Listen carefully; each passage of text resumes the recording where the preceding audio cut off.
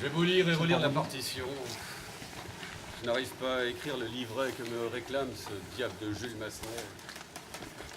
D'habitude, les mots me viennent tout naturellement. Je n'ai qu'à m'asseoir et le flot des idées me submerge.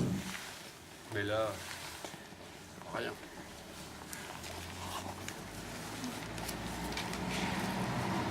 Pourtant, j'ai écrit pour les plus grands compositeurs de notre époque. J'ai été honoré, j'ai eu des récompenses. Mais là, je me voici vidé.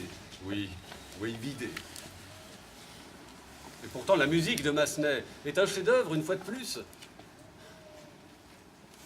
Mais je ne trouve pas l'inspiration. Alors, je croyais que quitter Paris quelques semaines m'apporterait un peu de réconfort, que venir ici me rapprocher de ma pauvre Marianne me serait bénéfique. Mais la mort de ma femme est encore trop proche. Et mon cœur est rempli d'un tel chagrin. Marianne, vous me manquez tellement. Bon, essayons encore. Sur Nathanaël, notre frère, étends, Seigneur, la force de ton bras. Que monsieur me pardonne, mais monsieur prendra-t-il du carlet pour le dîner? Hein? Du carlet, monsieur.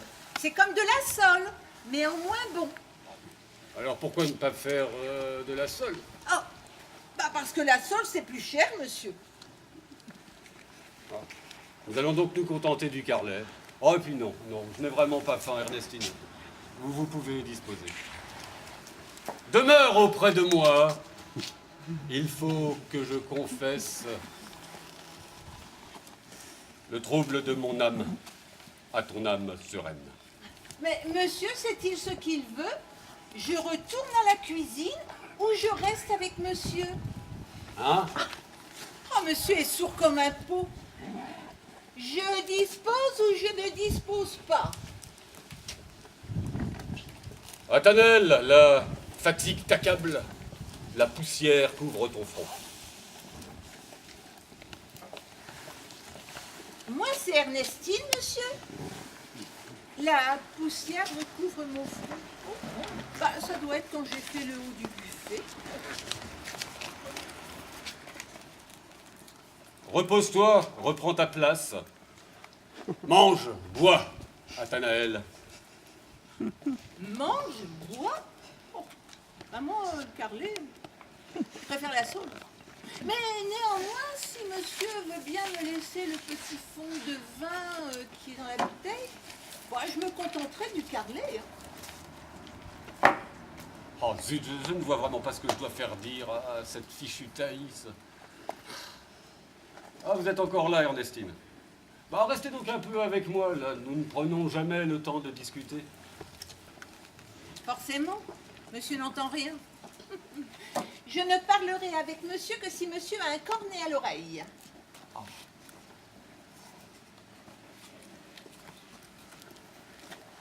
Avez-vous été mariée, Ernestine? Ah non, un homme dans mes jambes à longueur de temps, non merci. Mais vous n'avez donc pas connu l'amour? Ah ben j'ai pas dit ça. Oh, ces artistes. Oh, quelle naïveté. Monsieur veut-il vraiment que je lui réponde? Hein? Certes, je n'ai pas connu une aussi belle histoire d'amour que celle de monsieur avec feu madame. Oh, 30 ans de bonheur. Et je n'ai plus que sa tombe pour y verser mes larmes. Oh. Ben vous savez, j'ai eu bien du plaisir. Oh oui. J'ai culminé entre 30 et 40 ans. C'était l'époque où je travaillais à la capitainerie de la douane à Boulogne-sur-Mer. Oui. Oh, mais à l'époque, j'étais plus appétissante qu'un carlet. Oui. Et les marins trouvaient toujours une excuse pour venir me suivre dans mon petit cagibi. Ah ben, quand j'ai compris que je n'aurais jamais d'enfant, j'ai exploré tous les grades. Attendez, Ernestine, mais c'est très intéressant ce que vous me dites là. Ah ben intéressant, ah bon, vous trouvez ça intéressant? Ah ben ma patronne à l'époque, elle trouvait pas ça intéressant. Ah. Quand elle a appris, elle m'a donné mes 3 jours et j'ai eu 3 jours pour partir de chez elle. Et en plus, elle a même renvoyé son mari à Paris pour traiter les affaires. Vous êtes un petit peu comme Thaïs, Ernestine. Oui, Thaïs, c'est l'héroïne de l'opéra que j'essaie en vain d'écrire, là. Elle était considérée comme la plus belle femme d'Alexandrie. Et les hommes se damnaient pour passer une nuit avec elle. Oh, ce damné, je n'en demandais pas tant à mes officiers.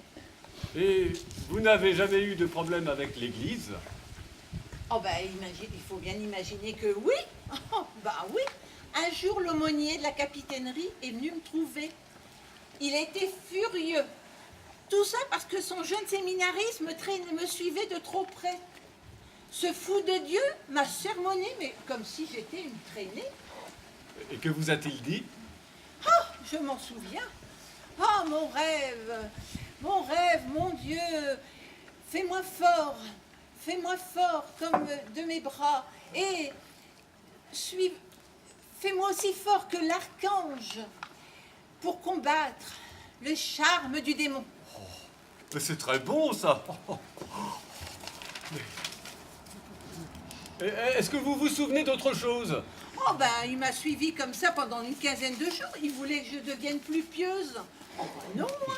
Et puis, bizarrement, le commandant du port, eh ben, il l'a renvoyé à Brest. Bah, pour qui se prenait-il? Moi, je faisais de mal à personne, je ne trompais personne. Et puis, il faut bien vivre. Oh bah oui. Et puis, comme disait ma grand-mère, l'amour s'en va, l'amour revient, et voilà. Ma grand-mère, elle était gouvernante chez les pompiers. Ernestine, votre grand-mère et vous êtes formidables. Si je t'arrive à terminer cet opéra, ce sera sans doute un peu grâce à vous. Et à vous aussi, ma chère Marianne. Oui, ne vous mettez pas en colère. Oh, Ernestine, voulez-vous entendre un extrait de cette musique? C'est merveilleux. Voulez-vous que j'aille demander au violoniste qui est au 2e étage et qu'il le mette sur le gramophone? Oui, qu'il mette en route la méditation, l'acte 2 de Thaïs. Oh, ben c'est mon morceau favori. Je vais.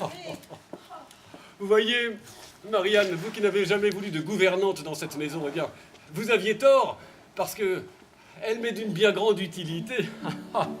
Massenet va la voir, son opéra.